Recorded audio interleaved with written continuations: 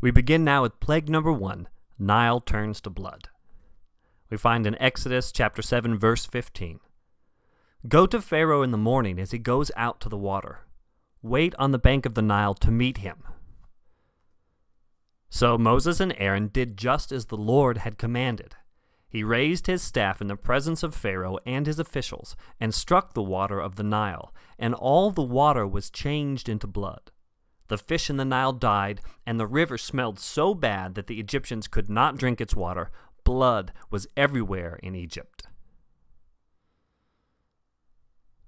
Now this particular story is a very well-known one to us. Is that God turns the Nile River, the longest river in the world, he turns it into blood. He doesn't turn it so that it's red like blood. The Bible says that he turned it into blood. Now there was a specific set of gods that controlled the Nile River. One of the chief gods was named Khnum, god of the Nile source. He had a wife, a cohort. Her name was Anukit, and she also was a god of the Nile source. There are a couple other gods here, but these are the two primary ones. Together, they are the ones in charge of the annual flooding of the Nile. What happens is that about 400 miles inland from the Mediterranean, down south of today's Cairo, about 400 miles south of Cairo, there is the first cataract of the Nile. The cataract is basically a wide reservoir-type region, and during the rainy season, the waters drain into the cataract and they pile up. Today it's regulated with dams, but back in the ancient times, the water would fill up in the cataract, and then at some point it would burst out, and it would flood down all the way down the Nile into the Nile Delta and out into the Mediterranean Ocean, the sea. And what this flooding would do is it would bring millions and millions of tons of thick, black, rich soil, and it would totally cover the Nile River and the areas around the Nile River. Now this thick mud, the thick silt that was left, was instrumental in farming.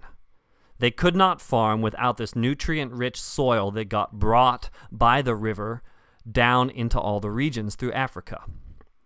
So the Nile was seen as a place of provision, nourishment, food. It was what sustained Egypt. Without the Nile, no one lived, basically, in Egypt.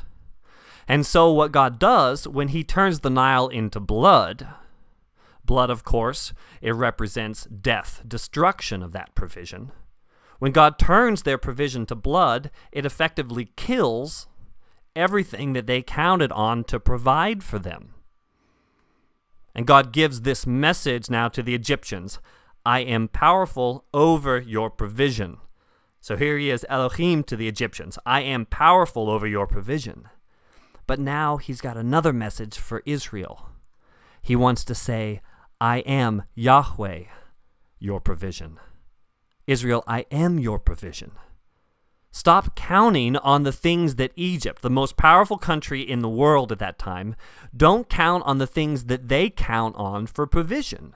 For at a word, I can turn it to blood, destroy it, kill it. Israel, count on me, I am your provision. And what's interesting here is that even, we can see this later on, that provision that the world counts on will turn to blood. This is what happened with the Nile. It turned to blood.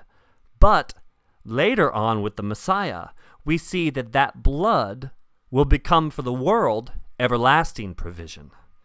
So there's a little flip here. In the First Testament, the blood kills everything and ruins the provision. Then later with the Messiah, the blood, when he's killed, the blood becomes the provision. Do you see that? It's pretty interesting. But here, this is duplicated, the Bible says, by the Egyptians' magic arts. So the magicians in Egypt do this. They're able to replicate the same thing that God had done.